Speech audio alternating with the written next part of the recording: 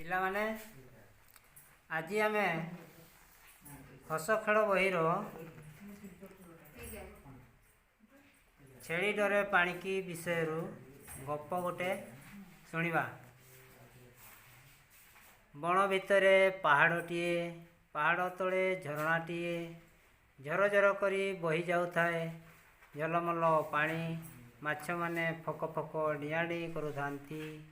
ଛେଳିଟିଏ ଝରଣା ପାଖରେ ଯାଉଥିଲା। ଛେଳି ଝଲମଲ ପାଣିକୁ ଦେଖିଲା। ଗାଧୋଇବା ପାଇଁ ତା'ର ମନ ହେଲା। ସେ ପାଣି ଭିତରକୁ ଡେଇଁ ପଡ଼ିଲା। ମାଛ ଦେହରେ ତା' ଗୋଡ଼ ବାଜିଗଲା। ମାଛଟି ରାଗରେ ଗରଗର ହୋଇ ଛେଳିର ଗୋଡ଼କୁ କାମୁଡ଼ି ଦେଲା। ଛେଳିର ଦେହ ଝିମ୍ ଝିମ୍ ହୋଇଗଲା। ସେ ଭୟରେ ପାଣିରୁ ବାହାରି ପଳାଇଗଲା। ସେହିଦିନଠାରୁ ଛେଳି ପାଣି ଭିତରକୁ ଯାଏ ନାହିଁ। ମାନେ ଗପଟି ଆଉଥରେ ଶୁଣିବା। ବଣ ଭିତରେ ପାହାଡ଼ଟିଏ, ପାହାଡ଼ ତଳେ ଝରଣାଟିଏ, ଝରଝର କରି ବହି ଯାଉଥାଏ ଝଲମଲ ପାଣି। ମାଛମାନେ ଫକ ଫକ ଡିଆଁ ଡେଇଁ କରୁଥାନ୍ତି। ଛେଳିଟିଏ ଝରଣା ପାଖରେ ଯାଉଥିଲା।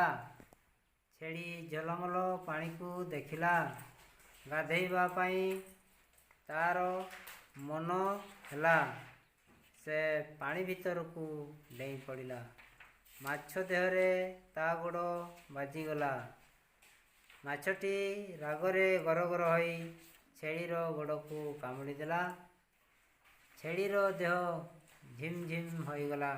ସେ ଭୟରେ ପାଣିରୁ ବାହାରି ପଳାଇଗଲା। ସେହିଦିନଠାରୁ ଛେଳି ପାଣି ଭିତରକୁ ଯାଏ ନାହିଁ। ପିଲାମାନେ ଗପ ତ ଶୁଣିଲ, ଏଥର କହିଲ ଦେଖିବା, ପାହାଡ଼ ତଳେ କ'ଣ ଥିଲା? ପାହାଡ଼ ତଳେ ଝରଣାଟିଏ ଥିଲା। ଝରଣାଟି କେମିତି ବହି ଯାଉଥିଲା? ଝରଣାଟି ଝରଝର କରି ବହି ଯାଉଥିଲା। ମାଛମାନେ କେମିତି ଡିଆଁ ଡେଇଁ କରୁଥିଲେ? ମାଛମାନେ ଫକ ଫକ ଡିଆଁ ଡେଇଁ କରୁଥିଲେ। ମାଛ କାମୁଡ଼ିବାରୁ ଛେଳିର ଦେହ କ'ଣ ହେଲା?